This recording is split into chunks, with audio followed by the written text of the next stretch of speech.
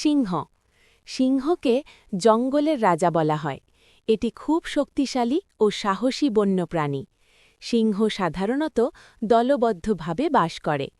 পুরুষ সিংহের মাথায় বড় কেশর থাকে। এটি মাংসাশী প্রাণী। সিংহ হরিণ ও মহিষ শিকার করে খায়। সিংহ খুব জোরে গর্জন করতে পারে।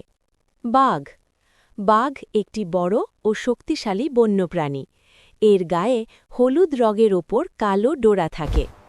বাঘ খুব দ্রুত দৌড়াতে পারে। এটি ভালো সাঁতার জানে।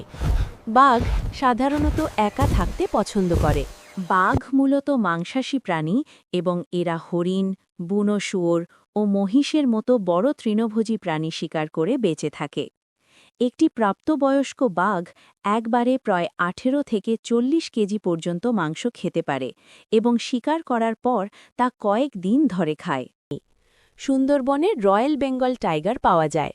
ছাগল ছাগল একটি শান্ত ও গৃহপালিত প্রাণী।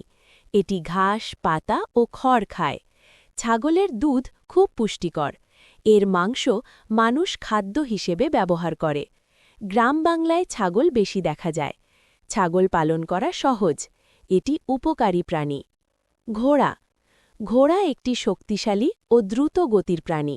এটি দৌড়াতে খুব ভালোবাসে। মানুষ প্রাচীনকাল থেকে ঘোড়া ব্যবহার করে আসছে। যাতায়াত ও বোঝা বহনে ঘোড়া কাজে লাগে।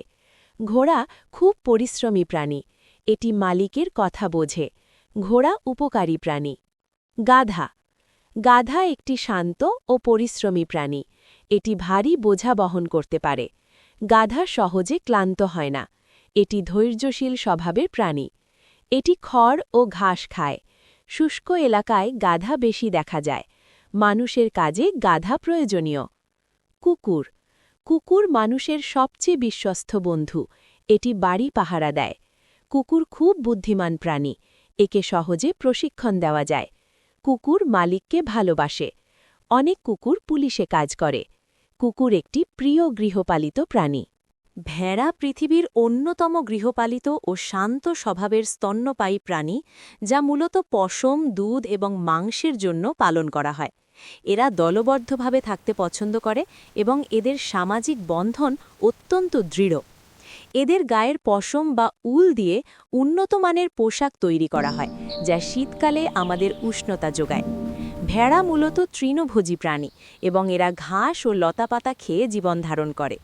পৃথিবীর বিভিন্ন দেশে ভিন্ন ভিন্ন প্রজাতির ভেড়া পাওয়া যায়, যাদের আকার ও পশমের ধরনে ভিন্নতা থাকে।